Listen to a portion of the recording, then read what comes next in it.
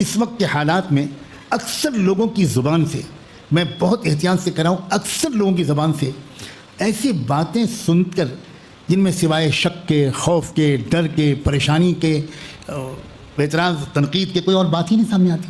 کیا صحابہ کرام کو شکستوں کا سامنا نہیں کرنا پڑا تھا؟ کیا ایک ہی جنگ میں کئی صحابہ شہید نہیں ہوئے تھے؟ کیا صحابہ نے آپس میں تنقیدیں شروع کی تھیں؟ کیا لوگوں نے یہ کہنا شروع کیا تھا کہ دیکھیے انہوں نے مروا دیا ہم کو، یہ انہی لوگوں کی غفلت ہے، یہ انہی لوگوں کی حماقت ہے، یہ انہی لوگوں کی غلطی ہے، یہ خالد بن ولید کی غلطی ہے، یہ ابو موسیٰ اشعری کی غلطی ہے، یہ جعفر طیار کی غلطی ہے، یہ ابو عبیدہ جراح کی غلطی ہے؟ کیا یہ طریقہ ہوتا ہے؟ تو اسی طرح کی باتیں جب اندر سے نکلتی ہیں تو صاف معلوم ہوتا ہے کہ اس بیچارے کو ایمانی تربیت کا موقع ہی نہیں ملا۔ اسی لیے اللہ تعالیٰ نے غالباً جب پچھلے نبیوں کے زمانے میں حالات آتے تھے، حالات تو ہر زمانے میں آئے ہیں، جو ہمارے زمانے سے بہت اچھے زمانے تھے ان میں بھی حالات آئے، جو بہت اچھے لوگ تھے ان پر بھی حالات آئے، تو اس وقت ان کی زبان سے کیا نکلتا تھا؟ قرآن ریکارڈ کرو، وما کان قولہم الا ان قالوا۔ یہ طرز بیان پر غور کریں، خاص طور پر علماء۔ قرآن یہ نہیں کہہ رہا کہ وہ دعائیں بھی مانگتے تھے، قرآن کہہ رہا وما کان قولہم، اور کچھ ان کی زبان سے نکلتا ہی نہیں تھا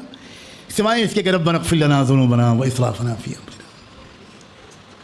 اس کا مطلب یہ ہوا کہ ہم کو یہ سیکھنا چاہیے کہ جب امت پر حالات ایسے آئیں تو ہر ایک کی زبان سے نکلنا چاہیے کہ اللہ یہ میری اپنی غلطیوں، کوتاہیوں اور گناہوں کی وجہ سے امت کو یہ دن دیکھنے پڑ رہے ہیں، اللہ مجھے معاف کر دے۔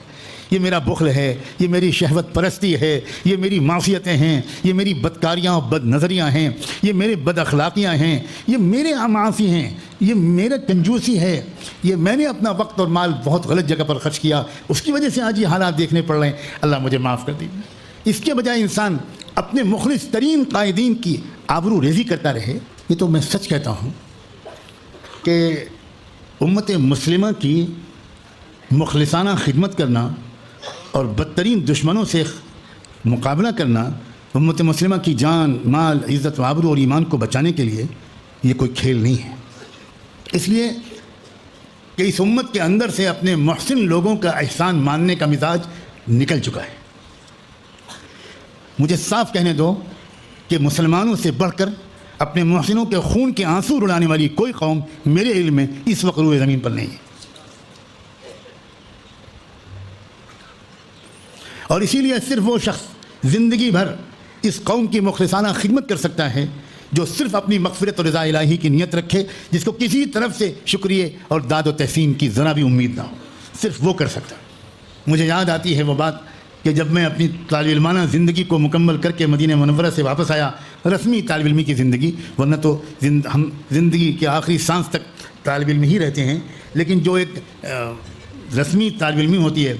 وہ اس کی زندگی مکمل کر کے جب میں واپس آیا اپنے ملک، اور یہاں پر میرے بزرگوں نے مختلف کام میرے سپرد کیے، تو اسی دن، پہلے ہی دن، میرے والد ماجد اللہ ان کو بہت اعلیٰ درجات سے نوازے، انہوں نے مجھے بٹھایا اور کہا اب تم زندگی کے ایک نئے دور میں داخل ہو رہے ہو، میں تجربوں کی روشنی میں کچھ ضروری بات تم کو سمجھانا چاہتا ہوں، دل کے کانوں سے سننا اور دل پر نقش کر لینا۔ میں ہمتاً گوش ہو کے بیٹھ گیا، کیونکہ وہ اس طرح کی تمہید باندھ کر گفتگو کرنے کے عادی نہیں تھے۔ وہ سیدھے سیدھے یہ کہہ دیتے تھے کہ یہ ٹھیک ہے، وہ غلط ہے، لیکن اس طرح کی گفتگو کبھی نہیں، بہت کم کرتے ہوں گے وہ۔ تو میں تو بالکل سناٹے میں آ گیا کہ اب میرے والد مجھے کیا کہنے جا رہے ہیں، اور پھر انہوں نے کہا کہ